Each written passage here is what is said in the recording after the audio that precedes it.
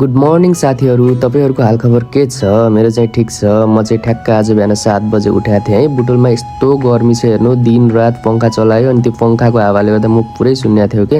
अनि आज चाहिँ ठ्याक्क है, आज भोलि पर्सि बिदा छ नि त, त्यही 15 गते ठ्याक्क आज गणतन्त्र दिवस पनि परेको अनि बकरिद के छ है।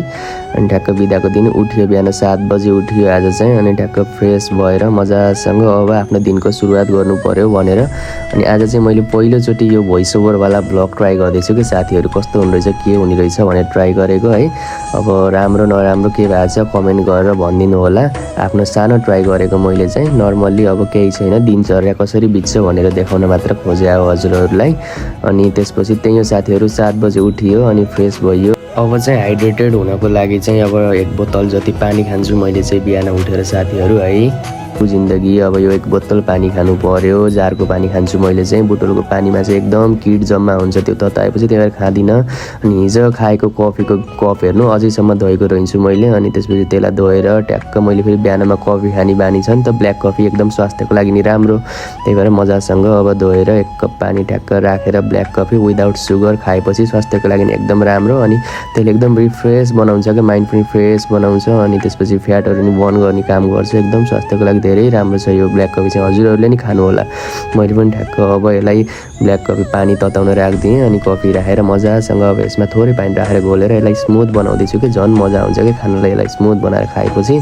अनि हजुरहरूले पनि बिहानमा खानुभयो भने एकदम राम्रो हुन्छ। ल यो पाकिसक्यो, अब चाहिँ यसलाई लिएर म बाहिर जान्छु। बाहिर चाहिँ एकदम रिफ्रेसमेन्ट फ्रेस हावा थियो कि साथीहरू, यो फ्रेस हावामा बसेर खाना चाहिँ एकदम मजा लाग्छ कि।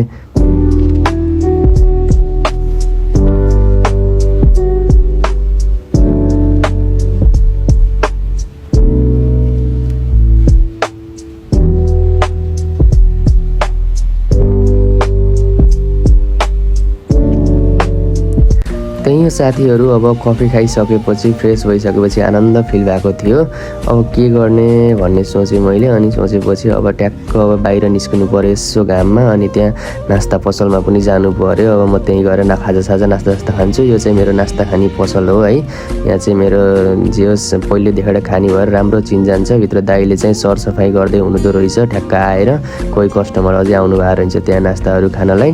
म पनि यत्तिकै के गर्दै हुनुहुन्छ दाइले भनेर हेर्न गएको। किचनहरू भित्र छिरेँ अनि दाइले सफा गर्दै हुनुहुन्छ रहेछ। दाइसँग कुरा गरेँ के गर्दै हुनुहुन्छ भनेर। अनि यस्तै छ त्यो सैलुन चाहिँ मैले कपाल काटिराख्ने ठाउँ हो। त्यहाँ चाहिँ मैले कपाल काटिरहेको छु। यो चाहिँ मिलन चोकको A1 युनिक सैलुन भन्ने। यो चाहिँ हाम्रो आफ्नै दाइको रेन्टल बाइक हो, यहीँ चिन्जानी दाइको। अनि त्यसपछि यहाँ चाहिँ रेन्टमा बाइकहरू पाउँछ। अनि यहाँ चाहिँ एकजना दाइ आउनुभयो कि, म यतिकै बसिरहेको थिएँ। दाइ मलाई काम खोजिदिन्न, म यता यो नवल परासी भित्रबाट आएको हो, काम चाहियो भन्दै हुनुहुन्थ्यो। अब उहाँलाई मैले कसरी काम खोजिदिउँ, मलाई केही थाहा छैन, म नि पढ्ने स्टुडेन्ट परेँ, त्यही दाइहरूलाई भन्छु मैले।